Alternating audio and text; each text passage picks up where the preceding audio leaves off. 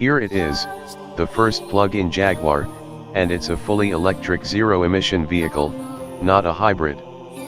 So, why does the Jaguar I-Pace concept, which will make its debut at the 2016 Los Angeles Auto Show, look like a dressed-up coupe edition of the F-Pace, consciously avoiding to fuse breakthrough technology with breakthrough design?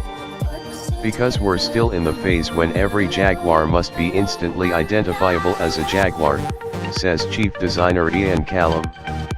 We kept the family face largely unchanged for the electric vehicle, so that more people get to know and understand the brand.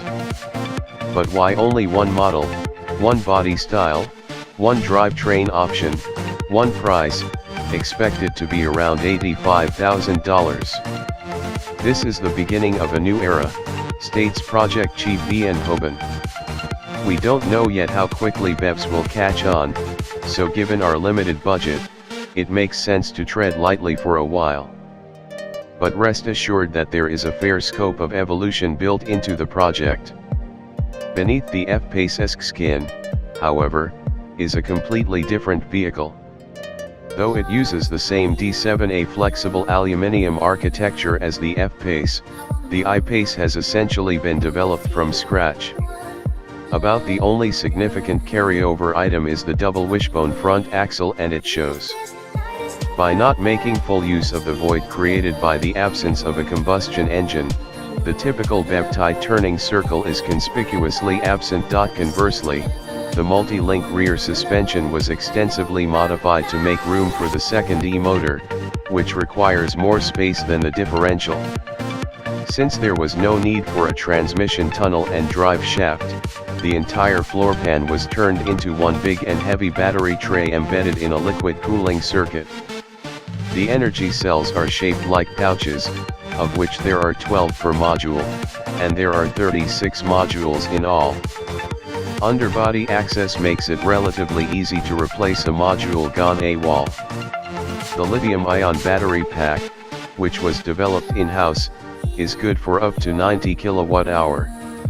Since thermal well-being is essential, the energy cells are wrapped by a cooling and heating circuit integrated in the outer rails of the frame. In summer, 2 cooling modes, diverting 1.5 kWh or 2.5 kWh of power, will keep temperatures in the 70 to 80 degree bracket. In the cold season, a highly efficient heat pump can extend the driving range by up to 31 miles. You would think that removing the engine, transmission, and AWD system would make for a lightweight whisper liner, but Hoban is quick to squash such hope. The curb weight actually goes up to 2,100 kilos, 4,630 pounds, that's a 300 kilo, 660 pounds, penalty over the F-Pace.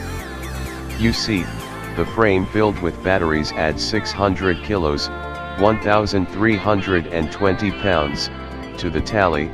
Each motor weighs about 90 kilos, 200 pounds, and the cooling system makes up for 100 kilos, 220 pounds. That's not bad for a BEV, but the F-Pace is quantifiably trimmer. Stretching the wheelbase by April 5 into 117.7 in made room for more power packs and for a more spacious rear seat compartment. The heavy belly section subsides the center of gravity by a useful 0.8 in, and that's of course prior to fitting optional low-profile 22-in wheels and tires. Weight distribution is spot on at 50:50, while the LXWXH dimensions 184.3 in x 74.4 in x 61.4 in are more compact than those of the marque's other SUV, and the proportions have also changed for the better. We managed to pull the cowl forward by some 200 mm, 7.9 in, explains Ian Callum.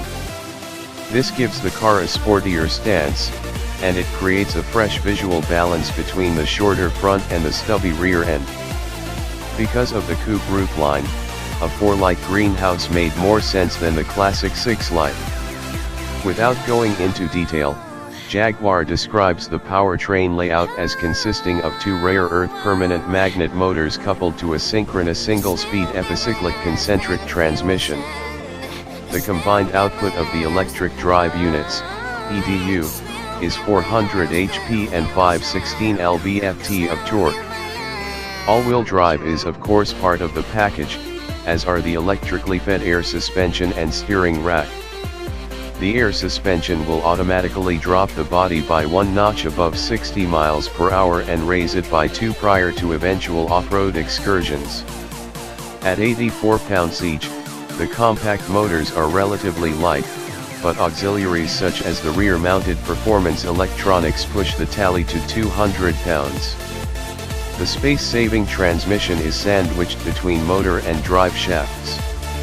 It acts as side-to-side diff, but torque vectoring is only by brake actuation. The I-Pace is being advertised as the ultimate electric performance SUV. Define the term ultimate for us, would you, Mr. Hoban?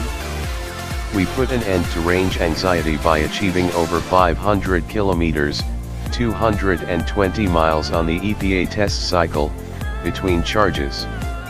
The I-Pace can accelerate in around 4.0 sec from 0 to 60 miles per hour, which puts it on par with the F-Type R. And thanks to the radically advanced packaging concept, rear seat accommodation equals that of a luxury saloon, not to mention those 530 liters, 18.7 cubic feet, of luggage space.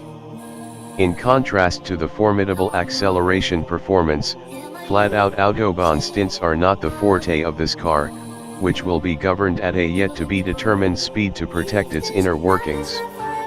As for charge times, when hooked up to a decent AC wall box, the I-Pace needs about 90 minutes to reach 80% of max power. Integrated in the front wing are 5 LED bars which signal the state of charge when the vehicle is hooked to the mains. A faster DC charger is allegedly around the corner, and before long cordless inductive charging is going to be common practice. Right now, the I-Pace batteries could digest up to 450 volts, which is available exactly nowhere. As soon as more potent energy cells become available, owners will likely be able to swap them at cost for the older hardware. Other updates are to be offered over the air. Think temporarily more grunt for a day trip through the Alps, more top speed for 30 minutes on the motorway, more on-demand assistance systems, more infotainment functions. As far as driving dynamics go, we may see innovations such as rear-wheel steering, adaptive anti-roll bars and active aerodynamics later in the life cycle.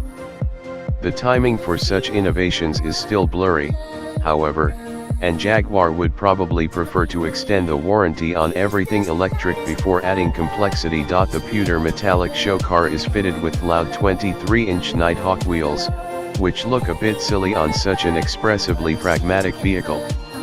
Despite the upright posture and the relatively large frontal area, the I-Pace checked out of the wind tunnel at a remarkable 0.29.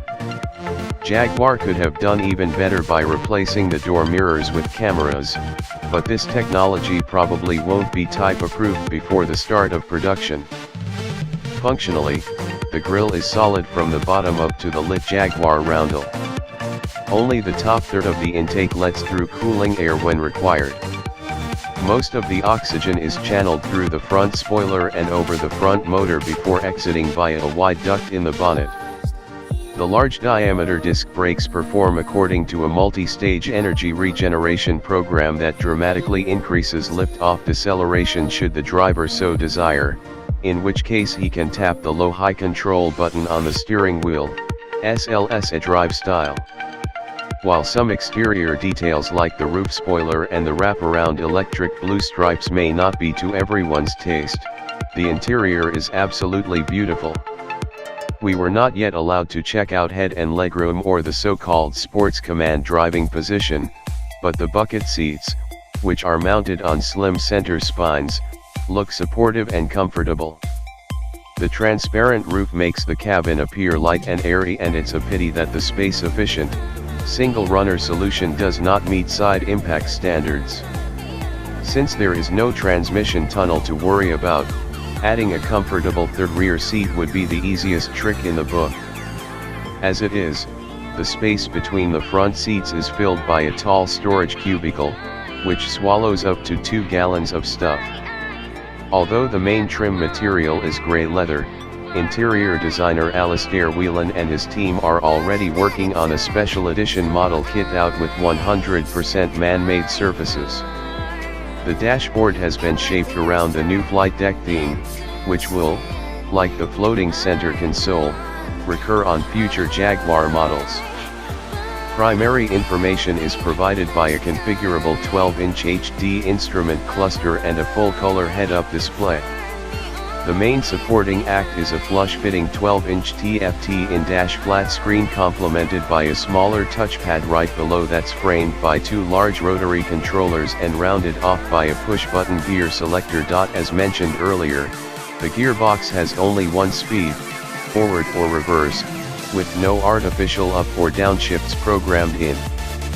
Right across the dashboard runs a strip of dark open-pore walnut, which was shaved off a fallen tree, so Mother Nature won't object. The glove box is no box, but is instead a large pull-out tray lined with black leather embossed with the pictogram of an old-school driving glove. The sculptured door panels are covered with a new type of Alcantara, which looks and feels like thin felt but is allegedly totally wear-resistant. And, since there is no third-row seat option, the full-width hydrophobic glass tailgate cowers like a streamlined bubble over the sizable flat boot. It's an open secret that when it arrives in mid-2018, the production version of the I-Pace, dubbed Project X590, will be assembled by Magna Steyr in Graz, Austria. This plant currently produces the Mercedes G-Class and the Mini Countryman/Paceman. Why Magna? Because the Canada-based supplier has a history of putting together high-quality low-volume premium vehicles like the Aston Martin Rapide, and Aston's VH architecture is not unlike Jaguar's modular, all-aluminium D7A components set.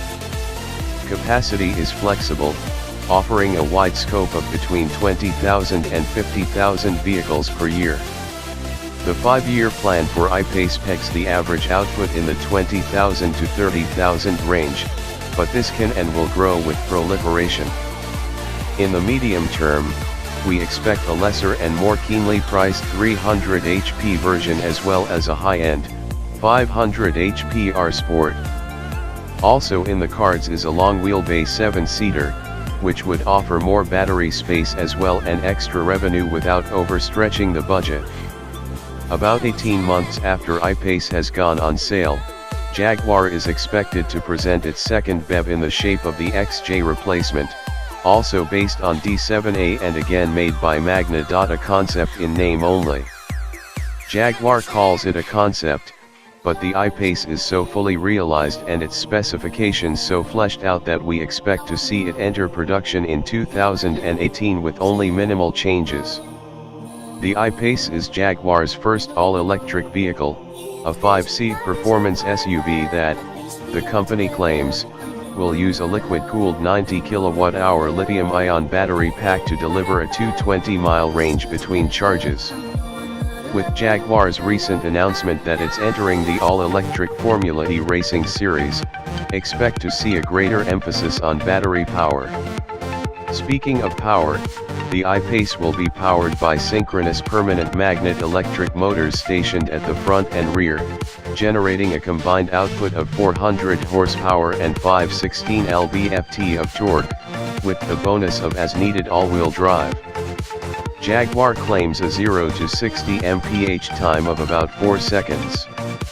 One of the concept's features that might not make it to production is the set of 23-inch Nighthawk wheels, wrapped with 265/35/R23 rubber. Front and rear suspension design is comparable to the F-Pace. The Jaguar I-Pace concept is one of the most visually arresting concepts ever produced by Jaguar, the company claims, and we beg to disagree. It certainly has a performance profile and, as the official press release continues, powerful rear haunches, but we're not sure that the I-Pace design is a substantial improvement over its eventual stablemate, the less busy F-Pace. There are, however, multiple air-cheating design touches that contribute to a commendable drag coefficient of 0.29. With a 117.7-inch wheelbase, the F-Pace's wheelbase is 113.2 inches. The I-Pace is a relatively large vehicle. Cargo volume is 18.7 cubic feet behind the rear seats, with another cubic foot available under the hood. The interior is as deluxe as you'd expect, with a massive emphasis on electronics and interface. And more, labels with Jaguar paw prints are stitched into the seams of the seats for a playful accent and symbolize the warmth and wit unique to the Jaguar brand. Yes, well, not mentioned in the I-Pace specs is the vehicle's weight, which is important. Jaguar estimates just north of 4,600 pounds, or its approximate price, which is very important. With the very capable F-Pace bargain priced in the low $40,000 range, the I-Pace's price, expected to be around $85,000, will be the deciding factor in whether Jaguar is creating an all-electric sport SUV with the emphasis on sport for the especially well-to-do who are more intent on making a statement than saving money on fuel, or something intended to start a revolution of practicality meets fun. If it's the former, the Los Angeles Auto Show is a perfect place for the I-Pace's debut. Stephen Cole Smith.